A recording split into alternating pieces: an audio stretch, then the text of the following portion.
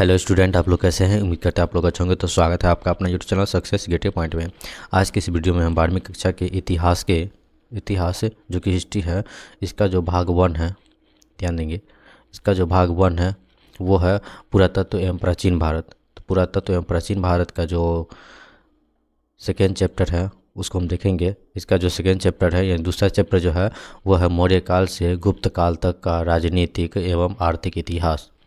इसका दूसरा चैप्टर जो है मौर्य काल से गुप्त काल तक का राजनीतिक एवं आर्थिक इतिहास जो है, इस चैप्टर से कुछ महत्वपूर्ण ऑब्जेक्टिव क्वेश्चन बताएंगे जो कि आपका बोर्ड एग्जाम के लिए काफ़ी महत्वपूर्ण रहेगा। तो इस वीडियो को शुरू से लास्ट तक देखते रहिए। चैनल पर नए हैं तो चैनल को सब्सक्राइब कर लीजिए, बेल आइकन को दबाइए ताकि आने वाली वीडियो सबसे पहले आप तक पहुँचे। तो चलिए शुरुआत करते हैं क्वेश्चन नंबर 1 से।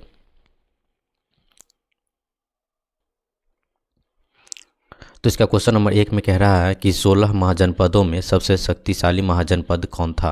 तो 16 महाजनपदों में से कहता है कि सबसे शक्तिशाली महाजनपद जो था वो कौन था। तो इसका जो सही उत्तर हो जाएगा वो ऑप्शन ए हो जाए, जो कि मगध जो है वो सबसे शक्तिशाली महाजनपद था। ठीक है, चलिए अगला दूसरा नंबर क्वेश्चन में कह रहा है कि जनपद शब्द का शाब्दिक अर्थ क्या होता है। तो जनपद शब्द का जो शाब्दिक अर्थ होता है वह क्या होता है। तो इसका सही उत्तर हो जाएगा ऑप्शन ए, जो कि जहाँ लोग अपना घर बनाते हैं वह जनपद कहलाता है। चलिए अगला प्रश्न को देखते हैं। अगला 3 नंबर क्वेश्चन में कहता है कि वजी को सामाजिक ग्रंथों में कहा गया है। तो वजी को जो है सामाजिक ग्रंथों में क्या कहा गया है। तो इसका जो सही उत्तर हो जाएगा वो ऑप्शन बी हो जाएगा, जो कि गणतंत्र कहा गया है। अगला 4 नंबर क्वेश्चन में कह रहा है कि किस भारतीय शासक को नेपोलियन की संज्ञा दी गई है। तो इसका जो सही उत्तर हो जाएगा वो ऑप्शन बी हो जाए, जो कि समुद्रगुप्त को कहा गया है। अगला जो प्रश्न है 5 नंबर क्वेश्चन में कहता है कि कनिष्क का राज्यारोहण कब हुआ था। तो कनिष्क का जो राज्यारोहण हुआ था वो कब हुआ था। तो इसका सही उत्तर हो जाएगा ऑप्शन बी, जो कि 78वीं ईस्वी में। चलिए अगला प्रश्न को देखते हैं। अगला जो प्रश्न है 6 नंबर क्वेश्चन में कह रहा है कि प्राचीन भारत में धम्म की शुरुआत किस शासन ने की थी। तो प्राचीन भारत में जो है धम्म की शुरुआत जो है वह किस शासक ने की थी। तो इसका जो सही उत्तर हो जाएगा वो ऑप्शन सी हो जाएगा, जो कि अशोक ने किया था। चलिए अगला प्रश्न को देखते हैं। अगला जो प्रश्न है 7 नंबर क्वेश्चन में कहता है कि गुप्त वंश के किस शासक को भारत का नेपोलियन कहा जाता है। तो किसे कहा जाता है नेपोलियन। तो इसका सही उत्तर हो जाएगा ऑप्शन बी, जो कि समुद्रगुप्त को कहा जाता है। काफ़ी इंपॉर्टेंट क्वेश्चन सब है। अगला 8 नंबर क्वेश्चन में कह रहा है कि मेगास्थनीज कौन था। तो मेगास्थनीज जो था वह कौन था। तो इसका सही उत्तर हो जाएगा ऑप्शन सी, जो कि राजदूत था। अगला प्रश्न है 9 नंबर क्वेश्चन में कह रहा है कि गुप्त काल में कौन चीनी यात्री भारत आया था। तो गुप्त काल में जो है, ध्यान देंगे, गुप्त काल में जो है चीनी यात्री भारत आया था। तो इसका जो सही उत्तर हो जाएगा वो ऑप्शन बी हो जाए, जो कि फाहियान जो है वह गुप्त काल में चीनी यात्री भारत आया था। अगला 10 नंबर क्वेश्चन में कहता है कि अर्थशास्त्र के लेखक कौन है। तो अर्थशास्त्र के जो लेखक है वो कौन है। तो इसका जो सही उत्तर हो जाएगा ऑप्शन सी हो जाए, जो कि कौटिल्य जो है वह अर्थशास्त्र के लेखक है, जो कि काफ़ी इंपॉर्टेंट क्वेश्चन है। ठीक है, चलिए अगला क्वेश्चन देखते हैं। अगला क्वेश्चन है 11 नंबर, कहता है कि प्रयागप्रस्ती की रचना किसने की थी। तो प्रयागप्रस्ती की जो रचना की थी वह किसने की थी। तो इसका जो सही उत्तर हो जाएगा वो ऑप्शन सी हो जाए, जो कि हरिसेन ने की थी। ये काफ़ी इंपॉर्टेंट क्वेश्चन है, 2013, 15, 16, 17 और 20 में क्वेश्चन आया था। अगला जो प्रश्न है 12 नंबर क्वेश्चन में कह रहा है कि इंडिका किसकी यात्रा वृत्तांत है। तो इंडिका जो है वह किसकी यात्रा वृत्तांत है। तो इसका सही उत्तर हो जाएगा ऑप्शन ए, जो कि मेगास्थनीज का है। ये काफ़ी इंपॉर्टेंट क्वेश्चन है। अगला 13 नंबर क्वेश्चन में कह रहा है कि भारतीय इतिहास का कौन सा काल स्वर्ण काल के नाम से जाना जाता है। तो भारतीय इतिहास का कौन सा काल जो है वह स्वर्ण काल के नाम से जाना जाता है। तो इसका जो सही उत्तर हो जाएगा वो ऑप्शन बी हो जाए, जो कि गुप्त काल को ही स्वर्ण काल के नाम से जाना जाता है। चलिए अगला प्रश्न को देखते हैं। अगला 14 नंबर क्वेश्चन में कह रहा है कि समुद्रगुप्त की तुलना किस यूरोपीय शासक से की जाती है।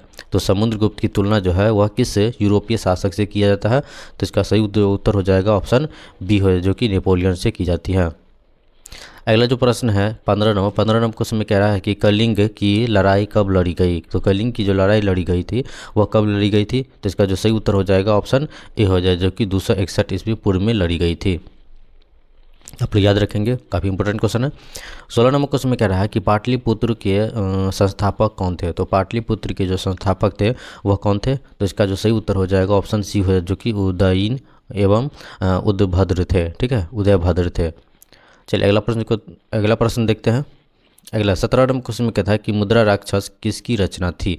तो मुद्रा राक्षस जो है वो किसकी रचना थी, तो इसका सही उत्तर हो जाएगा ऑप्शन बी हो जाए, जो कि विशाख दत्त जो है वह मुद्रा राक्षस की रचना थी। अगला 18 नंबर क्वेश्चन में कह रहा है कि पाटलिपुत्र नगर की स्थापना किस नदी के संगम में की गई थी। तो पाटलिपुत्र की नगर की जो स्थापना की गई थी वह किस नदी के संगम में की गई, तो इसका जो सही उत्तर हो जाएगा ऑप्शन डी हो जाए, जो कि गंगा, सोन और पुनपुन नदी के संगम में की गई थी पाटलिपुत्र की स्थापना। चलिए अगला प्रश्न देखते हैं। 19 नंबर क्वेश्चन में कह रहा है कि राजतरंगिणी के लेखक कौन थे। तो राजतरंगिणी के जो लेखक थे वो कौन थे, तो इसका जो सही उत्तर हो जाएगा वो ऑप्शन डी हो जाए, जो कि कल्हण थे। ठीक है, आप लोग याद रखें, काफ़ी इंपॉर्टेंट क्वेश्चन है ये। अगला प्रश्न को देखते हैं। अगला 20 नंबर क्वेश्चन में कह रहा है कि अशोक किस वंश का शासक था। अशोक जो था वह किस वंश का शासक था, जो कि काफ़ी इंपॉर्टेंट क्वेश्चन है। तो इसका जो सही उत्तर हो जाएगा वो ऑप्शन बी है, जो कि मौर्य वंश का शासक था। अशोक जो है वह मौर्य वंश का शासक था, जो कि काफ़ी इंपॉर्टेंट है, आप लोग याद रखेंगे। अगला 21 नंबर क्वेश्चन में कह रहा है कि मौर्य साम्राज्य का जो प्रथम शासक था वो कौन था। तो मौर्य साम्राज्य का जो प्रथम शासक था वो कौन था, तो इसका जो सही उत्तर हो जाएगा वो ऑप्शन बी हो जाए, जो कि चंद्रगुप्त मौर्य जो है वह मौर्य साम्राज्य का प्रथम शासक था, जो कि काफ़ी इंपॉर्टेंट क्वेश्चन है ये। अगला जो प्रश्न है 22 नंबर क्वेश्चन में कह रहा है कि अंगुत्तर निकास के अनुसार महाजनपदों की संख्या कितनी थी।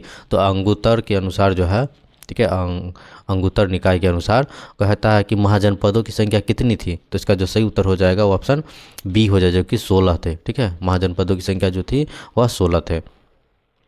अगला 23 नंबर क्वेश्चन में कह रहा है कि मगध साम्राज्य की स्थापना किसने की। तो मगध साम्राज्य की जो स्थापना की वह किसने की, तो इसका जो सही उत्तर हो जाएगा ऑप्शन ए हो जाए, जो कि बिंबिसार जो है बिंबिसार थे। ठीक है, मगध साम्राज्य की जो स्थापना किए थे वह बिंबिसार किए थे, जो काफ़ी इंपॉर्टेंट क्वेश्चन है। चलिए अगला प्रश्न को देखते हैं। अगला 24 नंबर क्वेश्चन में कह रहा है कि चंद्रगुप्त मौर्य का शासनकाल क्या था। तो चंद्रगुप्त मौर्य का जो शासनकाल था वो क्या था, तो इसका जो सही उत्तर हो जाएगा ऑप्शन डी हो जाए, जो कि 323 से लेके 298 ईस्वी पूर्व था। ठीक है, इसी के बीच था। अगला 25 नंबर क्वेश्चन में कह रहा है कि त्रिपिटक किस धर्म का जो है साहित्य है। तो त्रिपिटक जो है जो कि काफ़ी इंपॉर्टेंट क्वेश्चन है, तो त्रिपिटक किस धर्म का साहित्य था। तो इसका जो सही उत्तर हो जाएगा ऑप्शन बी हो जाएगा, जो कि बौद्ध धर्म का शासक था। अगला 26 नंबर क्वेश्चन में कह रहा है कि विक्रमादित्य की उपाधि किस सम्राट ने ग्रहण की थी। तो विक्रमादित्य की उपाधि जो है वह किस सम्राट ने की थी, तो इसका जो सही उत्तर हो जाएगा ऑप्शन बी हो जाए, जो कि चंद्रगुप्त द्वितीय ने की। चलिए अगला प्रश्न को देखते हैं। अगला जो प्रश्न है 27 नंबर क्वेश्चन में कह रहा है मौर्य काल की प्रसिद्ध यूनानी यात्री कौन था। तो मौर्य काल ध्यान देंगे, काफ़ी इंपॉर्टेंट है कि मौर्य काल का जो प्रसिद्ध यूनानी यात्री थे वो कौन थे। तो इसका जो सही उत्तर हो जाएगा ऑप्शन बी हो जाए, जो कि मेगास्थनीज थे। काफ़ी इंपॉर्टेंट क्वेश्चन है ये। अगला 28 नंबर क्वेश्चन में कह रहा है अशोक का संबंध किस वंश से था। तो अशोक का जो संबंध था वह किस वंश से था, तो इसका जो सही उत्तर हो जाएगा ऑप्शन डी हो जाए, जो कि मौर्य वंश से था। अगला प्रश्न 29 नंबर क्वेश्चन में कह रहा है कि मेगास्थनीज भारत में किसके दरबार में आया था। काफ़ी इंपॉर्टेंट है। तो मेगास्थनीज जो है वो भारत किसके दरबार में आया था, तो इसका जो सही उत्तर हो जाएगा ऑप्शन ए हो जाए, जो कि चंद्रगुप्त मौर्य के काल में आया था। चलिए अगला प्रश्न है 30 नंबर क्वेश्चन में कह रहा है कि प्रयाग परस्ती का संबंध किस गुप्त शासक से है। तो प्रयाग परस्ती का जो संबंध है वह किस गुप्त शासक से है, तो इसका सही उत्तर हो जाएगा ऑप्शन बी, जो कि समुद्रगुप्त से है। चलिए अगला नेक्स्ट प्रश्न देखते हैं। अगला जो प्रश्न है 31 नंबर, तो 31 नंबर क्वेश्चन में कह रहा है कि किस शासक को प्रियदर्शी कहा गया है। काफ़ी इंपॉर्टेंट है। तो किस शासक को जो है प्रियदर्शी कहा गया है, तो इसका जो सही उत्तर हो जाएगा वो ऑप्शन ए हो जाएगा, जो कि अशोक को ही क्या कहा गया, प्रियदर्शी कहा गया है। चलिए अगला प्रश्न को देखते हैं। अगला जो प्रश्न है 32 नंबर, तो 32 नंबर क्वेश्चन में कह रहा है कि मौर्य साम्राज्य का जो प्रथम शासक था वह कौन था। तो मौर्य साम्राज्य का जो प्रथम शासक था वह कौन था, तो इसका जो सही उत्तर हो जाएगा ऑप्शन बी हो जाए, जो कि चंद्रगुप्त मौर्य है। ठीक है, मौर्य साम्राज्य का जो प्रथम शासक था वो कौन था, तो चंद्रगुप्त मौर्य था, जो काफ़ी इंपॉर्टेंट क्वेश्चन है ये। अगला 33 नंबर क्वेश्चन में कहता है कि धम्म महामात्रों को किसने नियुक्त किया। धम्म महामात्रों को जो है किसने नियुक्त किया, तो इसका जो सही उत्तर है वो ऑप्शन बी है, जो कि अशोक ने किया। अगला प्रश्न देखते हैं। अगला जो प्रश्न है 34 नंबर, ध्यान देंगे 34 नंबर क्वेश्चन में कहता है कि प्राचीन भारत में धम्म की शुरुआत किस शासक ने की थी। तो अभी मैंने पढ़ा कि धम्म महामात्रों को किसने नियुक्त किया था, अशोक ने। तो वही क्वेश्चन जो है थोड़ा सा डिफरेंट हो गया है। 34 नंबर क्वेश्चन में वही बात कर रहा है कि प्राचीन भारत में धम्म की शुरुआत जो है वह किसने की थी, तो इसका जो सही उत्तर हो जाएगा ऑप्शन बी हो जाएगा, जो कि अशोक ही ने किया था। अगला जो प्रश्न है 35 नंबर क्वेश्चन में कहता है कि महाभाष्य के लेखक कौन है। तो महाभाष्य के जो लेखक है वो कौन है, तो इसका जो सही उत्तर हो जाएगा ऑप्शन डी हो जाएगा, जो कि पतंजलि है। ठीक है, महाभाष्य के जो लेखक है वो पतंजलि है। वीडियो थोड़ा सा भी अच्छा लगे पहले वीडियो को लाइक कर दीजिए, दोस्तों को शेयर कर दीजिए। धन्यवाद।